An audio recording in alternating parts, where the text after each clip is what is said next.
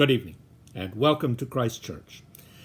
Today's lesson is taken from the 4th chapter of the Epistle to the Philippians, beginning at the 8th verse.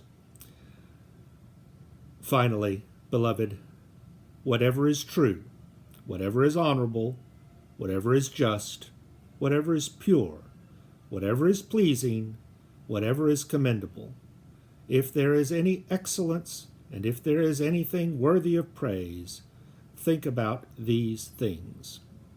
Keep on doing the things that you have learned and received and heard and seen in me, and the God of peace will be with you. Here endeth the lesson. St. Paul is not plowing original ground here. In fact, he learned this from pagan philosophers, the most famous of whom is Socrates, who lived about 500 years before Paul, and who is famous for having asserted a three-filter or three-gate test.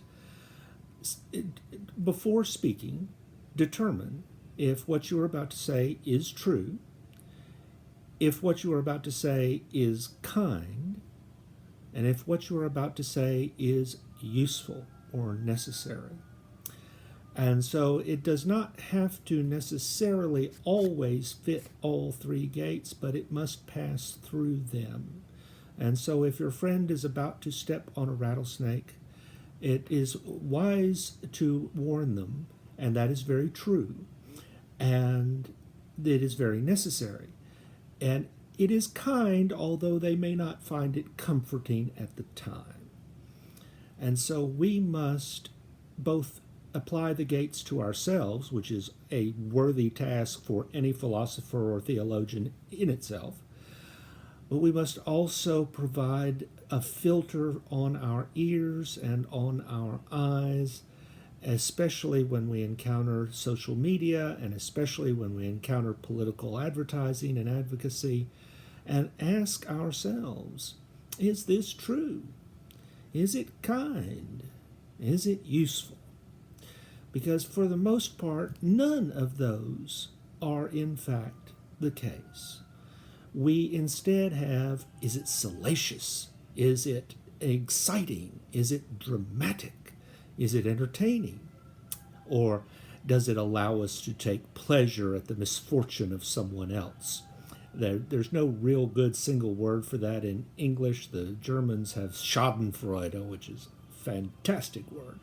But we too often admit to ourselves and speak words that are dramatic and salacious and entertaining and are untrue or partially true, are unkind, and are unnecessary.